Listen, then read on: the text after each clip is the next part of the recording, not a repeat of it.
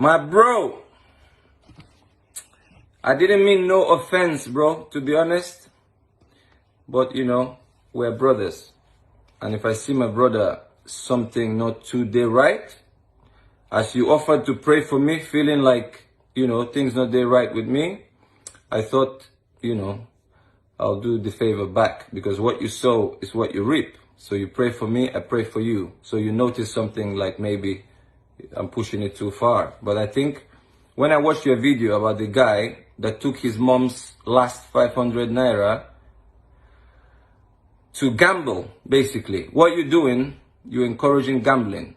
Some people win, some people lose. So he went into tears saying his mother is ill, she has cancer, she's on chemotherapy, and he said, you asked him why is he crying. He said he took his mom's money from her account, her last 500 naira, to buy a ticket. Luckily he won, but I believe there are some guys who didn't win on that day and possibly took their dads or moms or friends' last money feeling like, oh, I'm going to win today, because gambling is an addiction. So in that situation, I'm not condemning your business completely, but in that situation, I think what you should have said to him, I'm saying this from my heart, you should have said to him, he's lucky today, but don't do that again. Because if he didn't win, that means they might not have a meal. They might not even have a meal that day or the next day.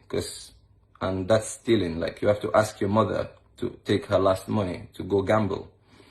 And I believe, some people borrow money to do these things. And when they're in debt, they end up arrested. They get beaten up and all that. So that was my worry, really.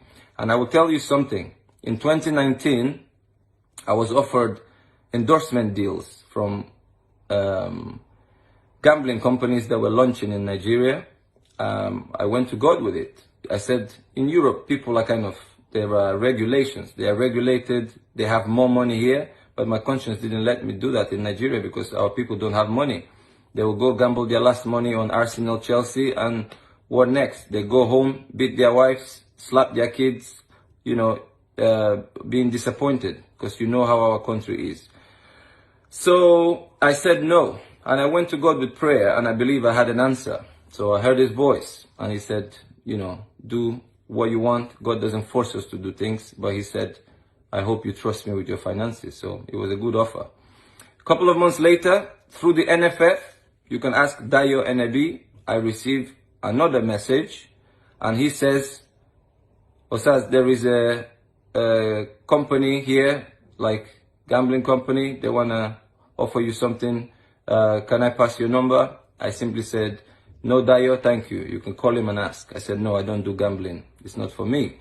I'm not condemning it. It's for some people. I played for Stoke City. Our sponsors are a very big gambling company here, Bet365, but they're regulated. I'm sure yours is regulated to an extent, but I'm just saying from my heart, like that particular case, if he took his mom's last 500 naira, you should have rebuked him as a brother. You'd have said, you understand, like sometimes if you have free cash, you just play, like everybody does. Most of my friends are footballers. They all do gambling. But it's a big issue here. People commit suicide because of gambling. It's an addiction. So it's a tough one. I'm not condemning people doing it, but if you can control it, that's another thing, The Bible says, don't be overtaken by something, but you can do it. We're allowed to drink, party a little bit, but it doesn't have to dominate us, okay? And I didn't come out with judgment, bro. I'm coming out with grace. You know me. We were friends. Nobody like party reach me. Nobody like music reach me. We all have our shortcomings. And I'm not coming. I'm actually coming for guys like you, guys like me, because we know, we be guy men, we like our enjoyments more. But there are some things that we could do better in. I'm not judging you, not condemning you, but when I saw the video you are putting out, encouraging, people are breaking bottles on their heads and dancing. And I asked you, if these were your sons, will you encourage them to do that? So this is how our Christmas should be in Nigeria now. Guys breaking bottles on their heads and dancing like crazy. I'm just saying my opinion. I don't think it's right. maybe once a year you want to go mad, you go to somewhere and do that. But not to bring that kind of thinking into Christmas, because, you know, it's family time, it's nice time. I don't think we will make that day nice. So apologies if I offended you in any way. I was kind of, you know, disappointed in a few other things, because, you know, my heart is bleeding for Nigeria every day. And one reason why I'm supporting Trump is very simple. Lockdown means death for lots of our people. We all witnessed what was happening during the crisis we recently lived through. Our people, some of them were falling down from roofs trying to reach palliatives just for a bag of rice. I think a girl, they said she fell and died. People grabbing goats and chickens and running away. The scenes from Jos is what I saw, because I have a friend of mine who grew up in Benin City with me. She lives in Jos. She sent me pictures. I used to send her money. I haven't heard from her for 2 weeks, and I honestly hope she didn't commit suicide, to be honest, because she hasn't messaged. 2 weeks ago, I sent her 50,000 naira to just keep herself going. Before that, I sent her some money because she has 2 sons. When she sent me a photo on Instagram, she had only margarine in her fridge. No bread, nothing to eat. So now she lost her 2 sons because the father had to take them. She's from Jos. The father had to take them because she can't look after 2 boys. And it's heartbreaking to see a mother go away from the kids. I believe you and your brother loved your mom a lot, and we have a soft spot for our moms. So what I'm saying is, he shouldn't have taken his mom's last 500 naira to go and gamble. But apologies if I offended you in any way. You know, good friend will always say the truth to someone. I appreciate your worry about me, that you feel something is not all right. But you know what I do all day? I pray for Nigeria, because our naira has gone down, and I don't see the budget for 2021 is not looking good. It's going to be a lot of troubles in Nigeria. I read articles, 2 million people displaced since the lockdowns. Hunger will be a problem, famine will be a problem. You see bandits all over the place, robbing, taking women away into the forest. I think, you know,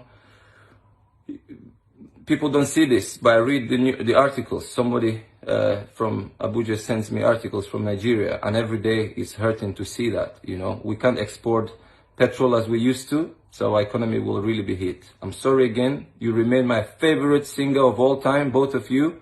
I'm not saying this because I want to make up with you. You were my favorite. You will remain my favorite because you were just the best. And I liked the innocent songs that you guys used to sing, and your beats are the best in the world. And the lyrics you had, they kind of had meaning. They were relevant to our society.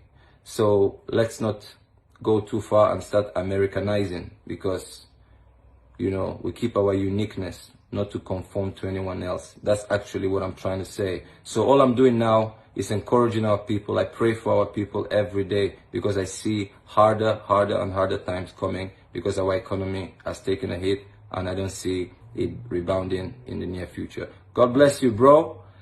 And you have a half Russian wife.